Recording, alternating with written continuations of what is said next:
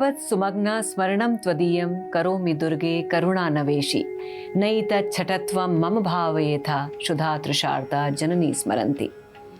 आज नवरात्रि का 7वां दिन है। आज माँ कालरात्रि की पूजा की जाती है। नमस्कार, आप देख रहे हैं श्रेष्ठ भारत और आपके साथ मैं हूँ मुक्ता सिंह और हमारे साथ स्टूडियो में मौजूद हैं ज्योतिषाचार्य सरिता मिश्रा जी। सरिता जी, बहुत बहुत स्वागत है आपका। तो आज नवरात्रि का 7वां दिन है, आज माँ कालरात्रि की पूजा होती है। तो सबसे पहले तो दर्शकों को बताइए, जो कि आप हमेशा बताते हैं, कि कौन है माँ कालरात्रि, क्यों इनकी पूजा की जाती है और क्या है इनकी पूजा का विधि विधान। नमस्कार, जय माता की। मैं आपको सबसे पहले बताऊंगी माँ कालरात्रि के बारे में। जैसे कि यदि आपके जीवन में बहुत ज़्यादा नेगेटिविटी बढ़ गई है या कहो कि कठिनाई बढ़ गई है, तो माँ कालरात्रि का नाम ही इसलिए कि आपके जीवन का जितना भी समस्त अंधकार है जीवन में, उसको नष्ट कर दे। तो माँ कालरात्रि की पूजा उपासना करने से आपके जीवन में नकारात्मक सोच जितनी भी है वो ख़त्म हो जाएगी और आपके जीवन का जितना भी काल, मतलब कि बुरा समय, वो सब कट जाएगा। चलिए, ये तो बहुत ही आपने अच्छी बात बताई है। हर आदमी चाहता है कि जीवन से जो अंधकार है, जो नकारात्मकता है, उसे हम दूर करें और हमारे ज़िंदगी में पॉजिटिविटी बनी रहे। तो कैसे खुश करें माता को, किस तरह का भोग लगाएं, कौन से फूल चढ़ाएं और कौन से मंत्र का जाप करें। माँ काली को आप गुड़ और रोटी का भोग अवश्य लगाएं। ऐसा करने से माता रानी अवश्य प्रसन्न होगी। इसके अलावा माता के आगे बैठ के दुर्गा सप्तशती का पाठ या दुर्गा स्तोत्र का पाठ अवश्य करें। उसके बाद माता का मंत्र जाप करें। ओम देवी कालरात्रि नमो नमः, ऐसा मंत्र जाप कम से कम 108 बार करें। ऐसा करने से भी आपके समस्त काल, आपके जितनी भी नेगेटिविटी या आपके जीवन में जितना भी काल घूम रहा है, आपका चक्र में जितने भी काल नेगेटिव ऊर्जाएं हैं, वो सब समस्त समाप्त हो जाएंगे।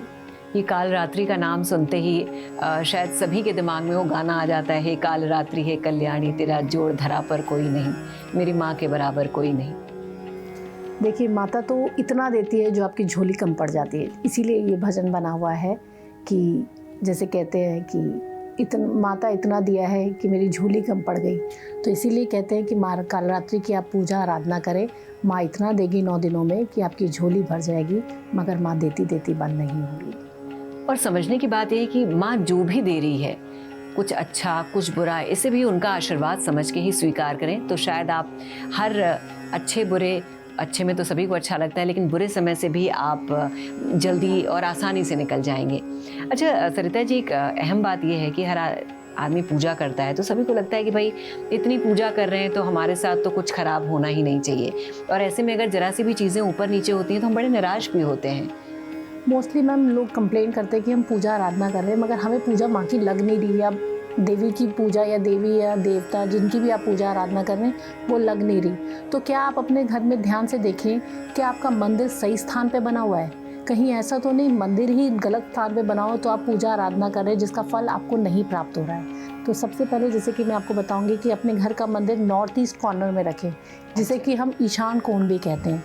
यदि आप मंदिर उस स्थान पे रखेंगे तो आप मंदिरों में भी जाके देखेंगे तो मंदिरों में भी आपको जो मूर्ति मिलेगी वो नॉर्थ ईस्ट कॉर्नर पे मिलेगी। तो आपको वहाँ से समझ में आएगा कि जो घर भगवान का स्थान है वो घर में कहीं ना कहीं नॉर्थ ईस्ट को दिया जाता है। आप हमेशा बड़ी बड़ी परेशानियों के लिए छोटे छोटे उपाय बताती हैं, तो इस सेगमेंट में आज यही बताइए कि हम ऐसा क्या करें कि हमारे घर में पॉजिटिविटी बनी रहे और हमें ये ना लगे कि भाई हम तो अपनी तरफ से सब कुछ कर रहे हैं लेकिन फिर क्यों अच्छा नहीं हो पा रहा है। वही चीज़ है, कुछ तो अपने कर्म, आप अपने कर्म सही रखें, अपना मन साफ रखें, पूजा आराधना करें। ऐसा कभी नहीं हो सकता कि आप माँ से कुछ मांगे और माँ आपको ना दे। अगर आपका सही मन सही है, आपके कर्म सही हैं, तो माता आपकी अवश्य सुनेगी। तो मैं तो आपको यही कहूँगी कि पूर्ण रूप से श्रद्धा से माता का व्रत करें, पूजा आराधना करें, आपको फल अवश्य प्राप्त होगा। चलिए, तो कहने का मतलब है कि निराश ना हो, अपने कर्म भी करते रहिए और ये छोटी छोटी चीज़ें जो सरिता जी बता रही हैं उसका भी पालन करिए, तो शायद हर मुश्किल से हम आसानी से निकल जाएंगे। तो आज के लिए बस इतना ही। जय माता दी।